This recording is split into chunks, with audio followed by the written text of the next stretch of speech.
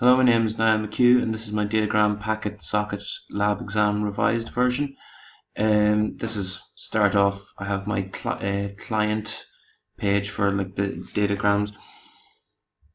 Start off like I imported all the necessaries: DatagramPacket, datagram socket, INET address, and any input output needed.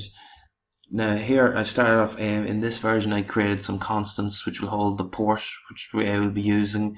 The host name, which in this case is localhost, and then also the max length is constant used for our byte array. So like the max amount the byte array will store like when it's receiving a message. I start off, I created a try catch block. In the try block I created a datagram socket named socket. This is what we'll use. Across socket we'll send our datagram packet containing any messages or receiving messages as well from the server. The buffered reader, like here, is called keyboard. This is going to take in, like it's a stream reader, like it will take in any input put in by the user from the keyboard. I created variables here: receive host and receive port. This gets the IP address from hosts. So in this case, our constant host, which is localhost, will be converted to 127.0.0. And then the port is stored in receive port, and then we have our boolean running, which is set to true now, which we use in our while loop just to keep it running. So the while loop contains information. We're going to be sending datagram packets constantly in the while loop unless we type in the words exit, which will stop the loop and close the connection. So to start off here, I have my just a set of instructions for the user to use. So put that in, then followed by that is a variable which will hold like MSG here, message. It's intaking anything that is input from the keyboard. So whatever. In this case, we need to valid messages start off with add and then enter contact, say Niall, and then like a phone number, or it could be find Niall or exit. These strings will be stored inside the message variable. Then here the message variable is converted to bytes, or to a byte array, and stored in the byte array buffer. It needs to be stored in a byte array to send along the datagram packet, because it can't be sent as a string alone in the datagram packet. Here I've created a datagram packet called request. This will be sent to the server. So, and in request here I have buffer, which is the message I want to send turned into a byte array. The length of the message. Receive host is the host name is being sent, and the receive port, like the port we want to send it along, which is both of these, localhost and what was it, 47538. And then once we have all our data input into like our datagram packet, we send it along the socket using this. So socket.send sends requests along the socket, datagram socket. Now here, an if statement, if the message input into the string is exit, it changes the boolean running to false, which terminates the loop, and then outside the loop just closes the socket and closes the connection.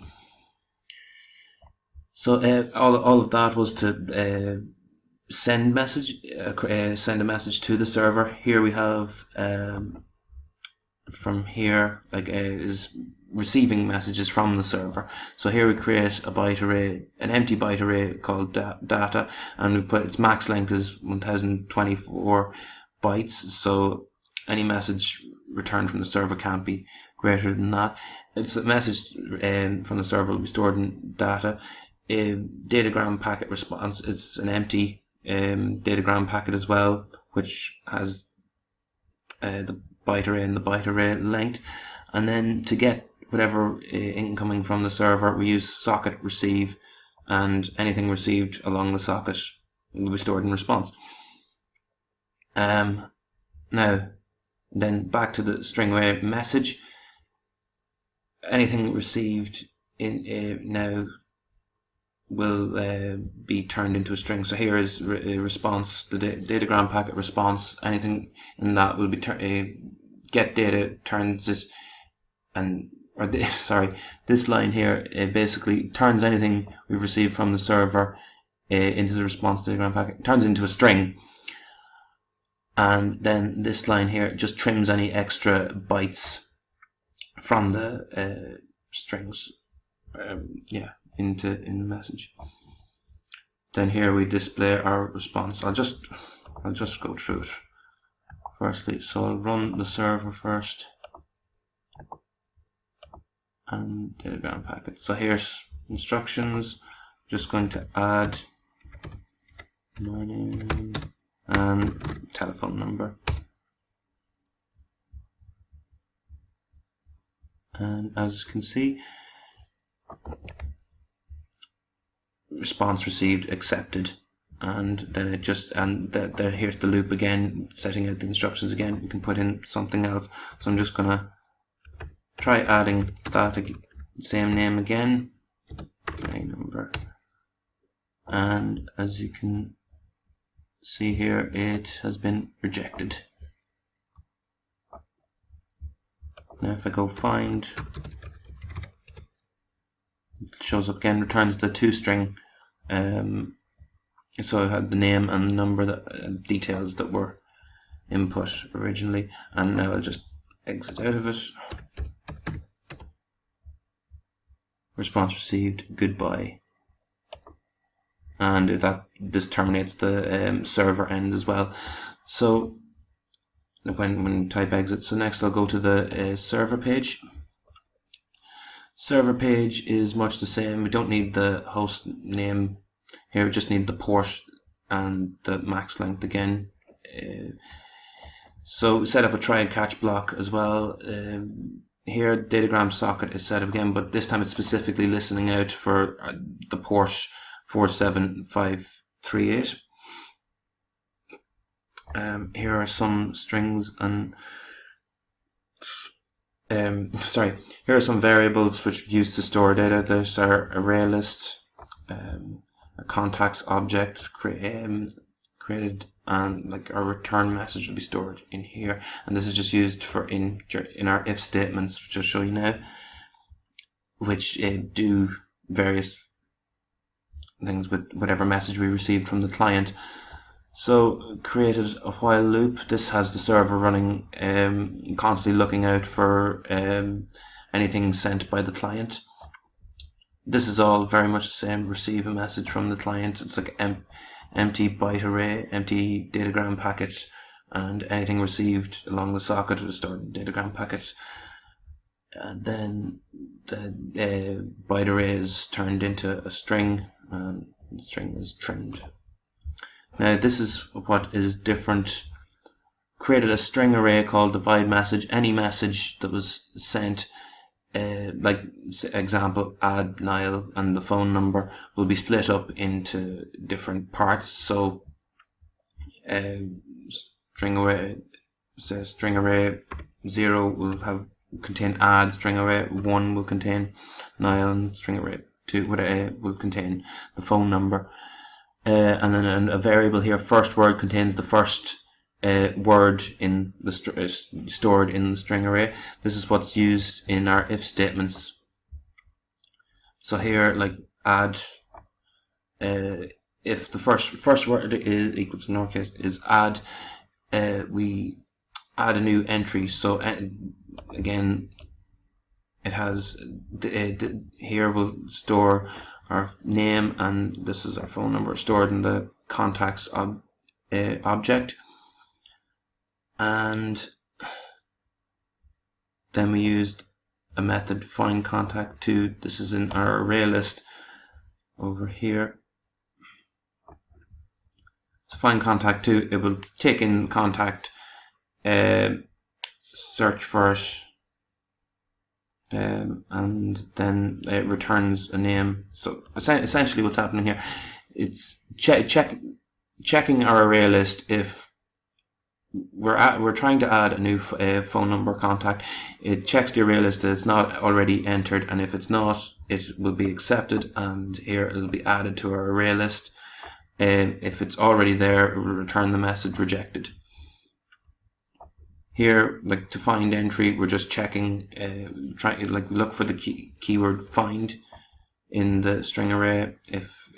And it will do this if, or execute this if statement, and it just returns the toString of whatever contact you're searching, and then this will just exit, which is like it will stop the loop in the server and return the message goodbye.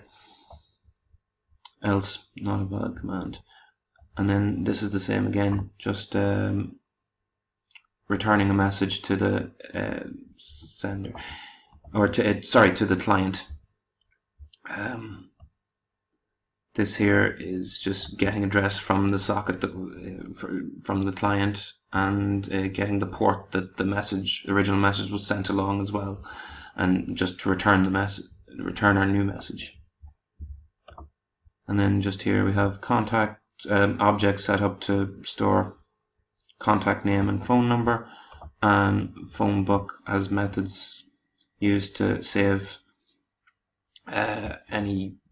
it's used to save any like contacts that you put in, or store them as you go along. Needed to use an array list instead of an array because we can't know how many contacts we're going to be putting in.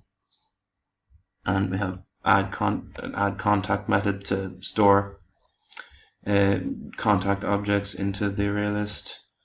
Find contact 2 just returns like the name of a contact. Find contact 1 it returns details like the toStrings. And now to the actual in-class test. As far as I got,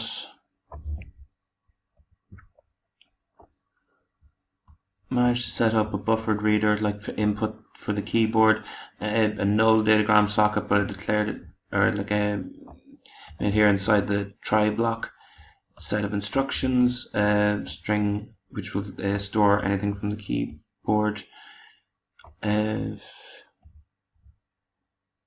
More or less the same stuff. I'm sure I got things to work where like to send a datagram packet along the socket to the server and receive a datagram packet along the socket from the server. We have a finally block here as well if the socket close the socket.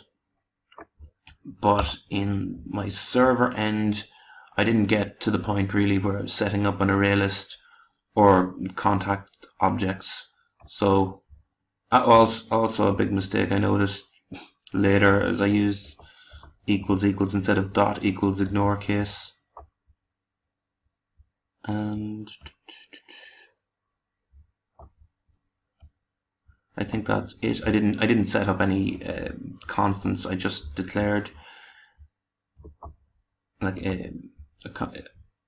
my port and local host. I just put them in here instead of declaring them there. And I think that's really it. Thank you for listening.